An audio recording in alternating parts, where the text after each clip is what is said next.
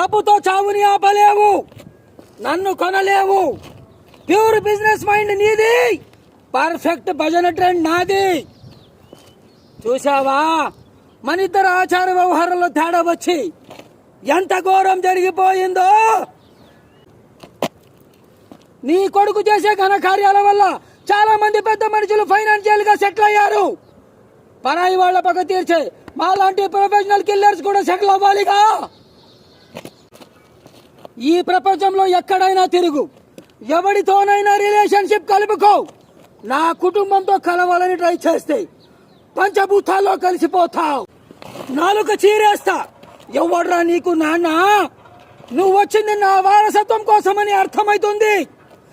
నువ్వు పుట్టుక ముందు నుంచి నేను చేస్తున్న పని అదేరా. ఒంటరిగా రమ్మన్నావు, ఒక దెబ్బకి రక్తం తప్ప మనిషివే కనబడకుండా పోయావు.